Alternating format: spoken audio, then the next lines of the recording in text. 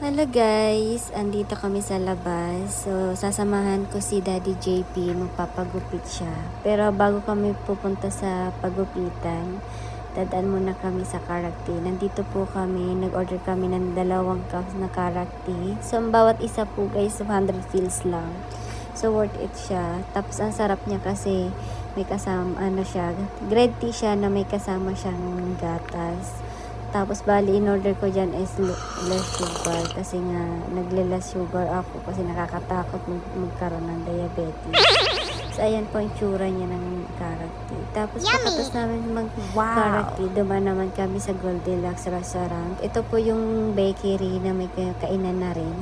May iba't iba silang Filipino bread. I like yung mga Spanish bread, yung pandesal, tapos mga cake, at may siopaw din sila. So, ayun, lalo mga gutom na kami. Sobrang gutom na kami. Inuna na namin kinain yung siopaw habang nag-asa kami sa namin. So, bali ako nga in-order ko is beef gotong Batangas at kay Daddy JP naman yung beef namin. So, ayan na. Dahil sa sobrang gutom, kinain na namin yung siopaw. Hindi na namin inantay. Ang sarap ng siopaw nila, asado. Sobrang sarap talaga, promise. Worth it yung presyo nila.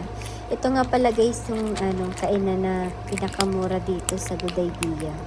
Bali pang kabayan meal ang nila. May mga kabayan meal, tapos yung price talaga nila is affordable. Pwede sa mga nagtitipid na katulad namin. Ayan, hindi na namin kailangan pumunta sa mamahaling restaurant. Dito sold ka na po.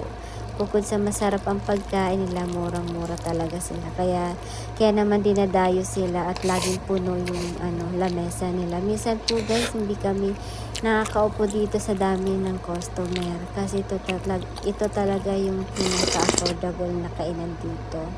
Kasi 500 fils lang yung isang order, lalo na yung mga ulam. Tsaka 200 fils may kanina. So, gagastos ka lang dito guys ng 700 fils sa bawat meal mo.